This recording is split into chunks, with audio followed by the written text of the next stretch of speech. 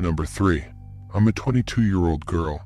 I was looking on Craigslist to buy a couch for my new apartment a month ago. I found something I thought seemed like a good deal from the pictures. The couch seemed to be in great shape. The seller wanted to be contacted by email. His email was mexicanpoppy666@hotmail.com. I felt that email was a bit off-putting, but I still went ahead and emailed the man my offer. He responded within 5 minutes accepting the offer and asking for my address. I honestly felt uncomfortable with his asking. I did not want a stranger coming to my house. I suggested that I just come to his house to pick it up. He continually insisted that he come to my house. Eventually I stopped responding, and a day later, he emailed me again, giving me his address. I didn't know if I should go at that point, but it seemed like a steal almost too good to be true. According to his address, he didn't live too far. I got in my van and drove over to the seller's house. I immediately noticed that the house was a bit smaller than all the other houses on the block. When I rang the bell, a middle-aged man wearing a baseball cap answered the door. He gave me a huge smile and invited me in. I was immediately feeling uneasy. He led me into his living room, and I saw the couch immediately. I saw scuff marks and small tears in the couch. It was not at all in the shape that it appeared in the air. I commented on this, and he just smiled and offered to lower the price. I told him I'm not interested. Here's where things started getting creepy. As I was making my way out of the house, he put his hand on my shoulder and offered to give it to me for free if I was willing to, quote, unquote, give something to him. I let out a disgusted guess and got back into my car. I didn't even look up out the window. I just drove away from there quickly. But it doesn't end there. That same night, I was laying in my bed watching TV when I thought I heard somebody stomping up the steps of my porch. I muted the TV and was able to clearly hear the sound of somebody fiddling with my front doorknob.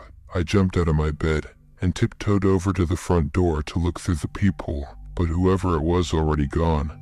Then I thought I could hear the sound of the gate to the backyard opening and closing.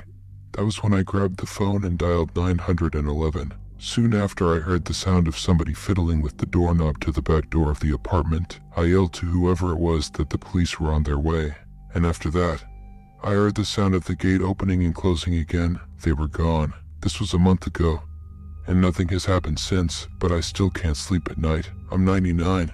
Sure, it was the man that was selling the couch. He must have followed me home. There was no way it was just a coincidence. I don't plan on using Craigslist anymore, and I'm still trying to find a new apartment.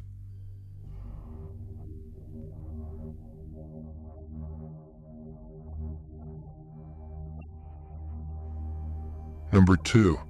I was looking for a car to buy for my son for his 18th birthday. I was searching all the typical car websites, cars.com, eBay Motors. They were all overpriced as expected. Craigslist was the only place to find an actual deal. About a week into my search, I found an '03 Toyota Camry. It had 67,000 miles, no accidents, no damage, and good condition for only $3,500. This seems like a steal for such a reliable car with such low mileage.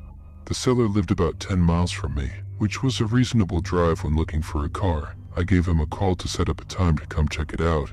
The man sounded normal on the phone. He assured me that there were absolutely no problems with the car. He introduced himself as Bob. I brought along $3,500 in cash, even though I planned on wiggling down the price as much as possible. I pulled up the dirt road to Bob's property about 15 minutes early. It was a tiny little house with a decent-sized property, only because I was a bit far from the nearest neighbors. The garage was open, so I walked over to see if anybody was inside, but except for an unusual amount of car parts, it was empty. The car was nowhere in sight. The only car on the property was an old pickup truck.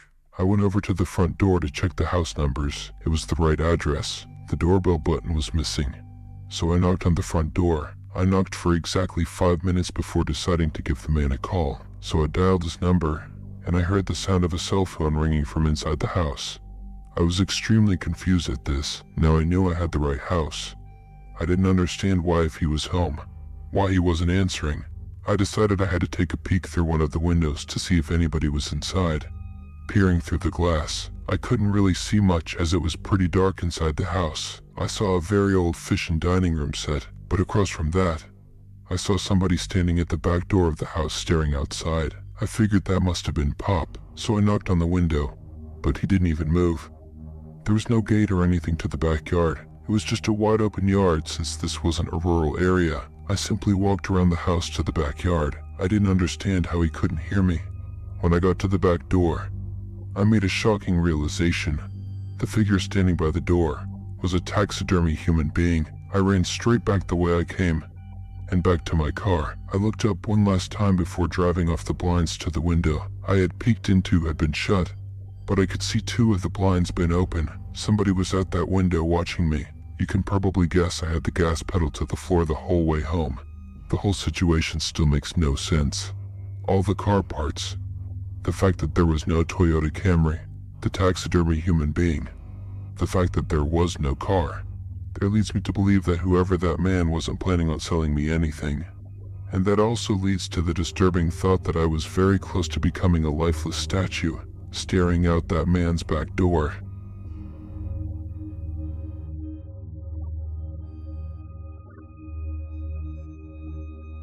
Number 1. I was looking to buy the iPhone 5 about a year ago. I found a guy on Craigslist who was selling his for $200. He claimed it was in mid-condition and that he wanted to upgrade to the 5C. I didn't know much about how to go about testing a phone to make sure everything works, so I brought my little brother along, who knew a lot more than I did. We met halfway at a Dunkin' Donuts parking lot at like 10 o'clock at night. Two large, intimidating guys stepped out of a black Honda Civic and walked over to us. One of the guys pulled out the phone and showed it to me. It didn't have a scratch on it. My brother took out my SIM card and popped it into this new phone.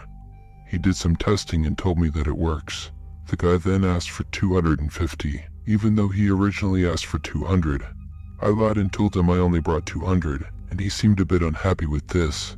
I did have $250, but I didn't want to spend more than his original asking price. I kind of figured it was his way of making sure I didn't haggle down the price. I handed the guy that $200, and his buddy got back in their car. We got back into my car, and I tested out the new phone by calling my girlfriend.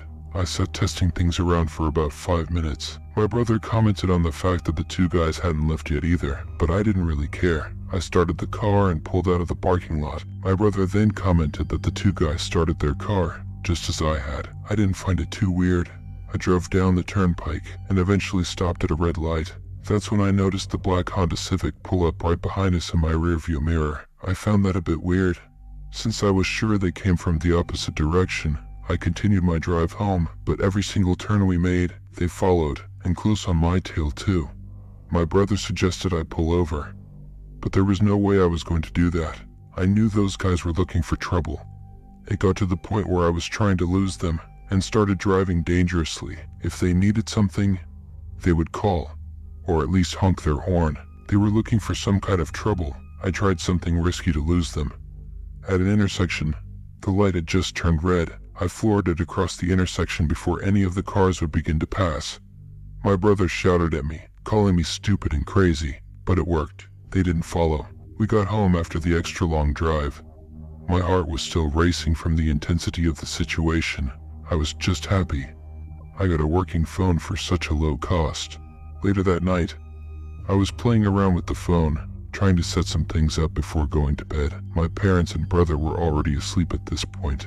Just then, the sound of two car doors slamming shut outside interrupted me. I looked out my window. I felt like my heart completely stopped. The black Honda Civic was parked across the street. I could only assume the two guys were already halfway to our front door. I immediately woke up my dad and explained everything as quickly as possible. He got up, grabbed the baseball bat, and crouched behind the front door. A loud knock came at the front door. My dad screamed at them to go away. One of the guys on the other side of the door claimed to have a gun and said that he would shoot the lock off of the door if he didn't open up. My dad told me to call Joe, our friend who lives 2 doors down, who happens to be a police officer. I called Joe, and he said he would be right over, and to stay hidden. Here's the part that still scares me to this day. There was the sound of a silenced shot of a pistol. I peeked over and saw a bullet hole in the door inches away from my dad's head. My dad ran away from the door, and we all listened. We heard Joe outside yelling at them to drop their weapons. My dad went outside to help when they lowered their guns. Joe arrested the two assholes. I have to say this was the scariest day of my life, but it was also the best I had ever felt in my entire life.